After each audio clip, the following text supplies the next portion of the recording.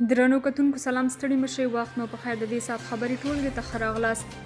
د اشرف غني په هوایي دهلیزونو یې ملنډې وهلي. طالبانو د افغانستان چین ترمنځ د هوایي دهلیز فعالیتونه بیرته پیل کړ.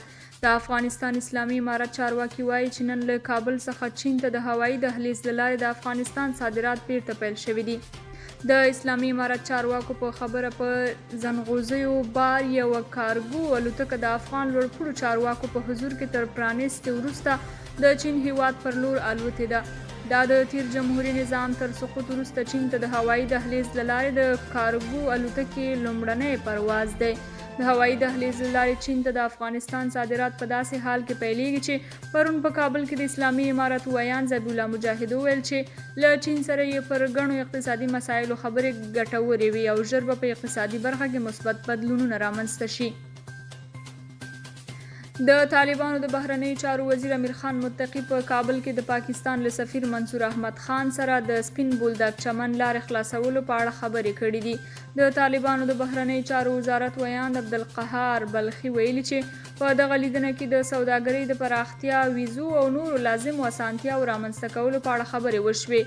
هغه زیاته کړې چې په دغه لیدنه کې د سپین بولدک چمن لارې د خلاصون په اړه لازم تصامیم ونیول شول. د سپین بولدک چمن لار چې د شاوخوا یوې میاشتې را په دې خوا د هر ډول تګ راتګ پر مخ بنده ده. ویل کېږي دواړو خواو ته پراته خلک یې له ګڼو ستونزو سره مخ کړي دي.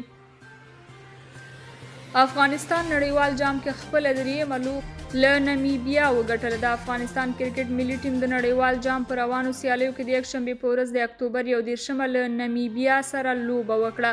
د افغانستان کپتان محمد نبي د پچې له ګټلو وروسته د منډو کولو پریکړه وکړه او د 5 لوبغاړو په سوځېدو سره نمیبیا ته د 161 منډو هدف ورکړ. په افغان توپ وهونکو کې تر ټولو ډیری 45 منډې شهزاد محمدي وکړې.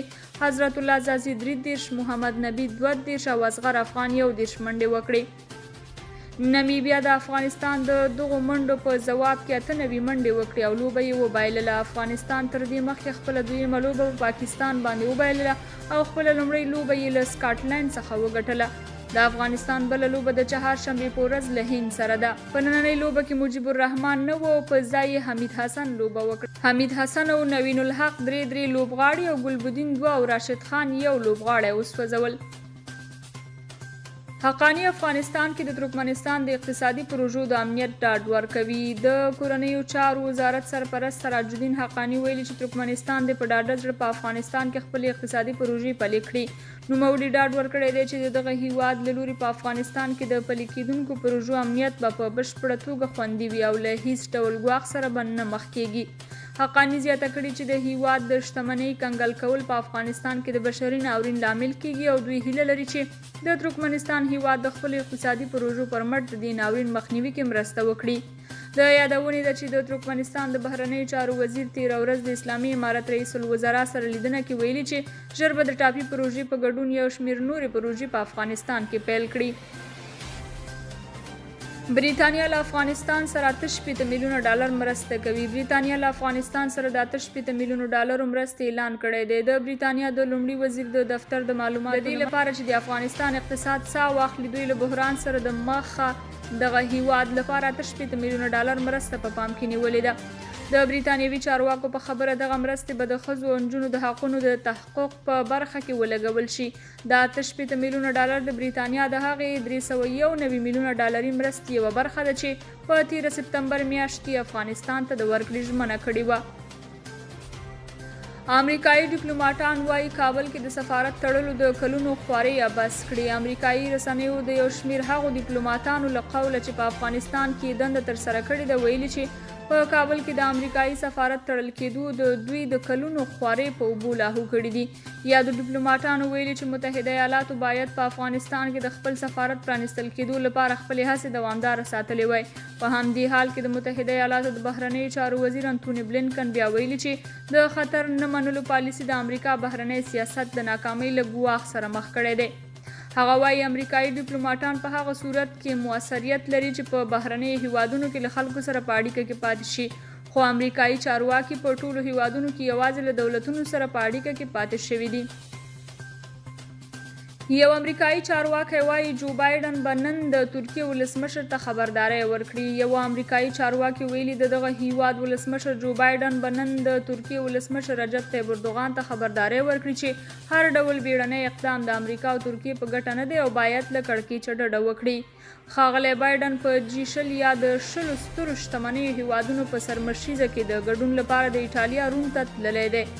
دی به د G20 غونډې په څنډه کې له اردوغان سره له متحده ایالاتو څخه د F-14 جنګي الوتکو د رانیولو لپاره د ترکیې پر غوښتنه او همداراز د سوریې او لیبیا په شمول د سیمې پر مسلو هم وغږیږي.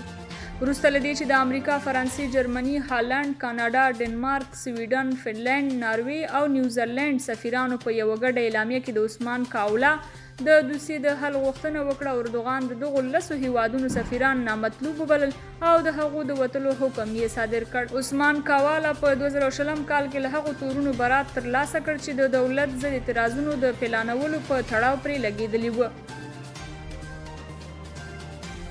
یونان وایي د 400 پناه غوښتونکي لیږدونکي بیړۍ به ودرول شي. د یونان د سمندري غاړې ساتونکي یوه چارواکي ویلي هغه بیړۍ به د یونان په بندر کې ودرول شي چې 400 پناه غوښتونکي پکې سپاره دي. دې چارواکو پرون وویل دغه بیړۍ چې د ترکیې بیرغ پرې رپېږي د کارپاتوس ټاپو خواته په حرکت کې ده او دوی هڅه کوي چې خوندي ځای کې سپرلۍ ترې ښکته کړي. یونان اروپایي هیوادونو ته د هغو پناه غوښتونکو اصلي لار ده چې غواړي د ترکیې له لارې دا مسیر ووهي. معلومه نه ده چې په دغه بیړۍ کې د کومو هیوادونو پناه غوښتونکي سپاره دي. د تېرې سې شنبې په ورځ د 3 ماشومانو په ګډون 4 کډوال هغه مهال په اوبو کې ډوب شول چې بیړۍ کیوس ټاپو ته نږدې واوښته. د برېښنا شرکت یو شمېر کارکوونکو ویلي چې 3 میاشتې کېږي دغه شرکت یې معاشونه نه دي ورکړي. د برېښنا شرکت یو کارکوونکی چې نه یې غوښتل نوم یې واخیستل شي د یکشنبې په ورځ د لړم په 9مه نیټه هشتسو ورځپاڼې ته وویل چې د دې شرکت ډېر کارکوونکي د معاش د نه ترلاسه کولو له امله له اقتصادي ستونزو سره مخ شوي دي. د دې سرچینې په وینا هغوی د کور د کرایې ورکولو، د ورځنیو مصارفو او خوړو، د موټرو د کرایې او اوبو او برېښنا پیسو په ورکولو کې له ګڼو ستونزو سره مخ شوي دي. د برېښنا دغه کارکوونکو ویلي چې تر اوسه یې 2 ځله اعتراض کړی خو لا په دې اړه یې چې کله به یې معاشونه ورکول کېږي چا څه نه دي ویلي. دغه کارکوونکو ټینګار کړی چې په وروستیو اعتراض کې یې پریکړه کړې ده چې که معاشونه یې ورنه کړل شي 3 ورځې به خپلو دندو ته حاضر نه شي او دا کار به د هیواد د برېښنا رسونې سیستم کې ستونزې رامنځته کړي. درنو کتونکو د دې ساعت خبرې ټولګه تر همدې ځایه و تر بیا نورو خبرونو خوشحاله شئ. بې ولرئ د الله په امان.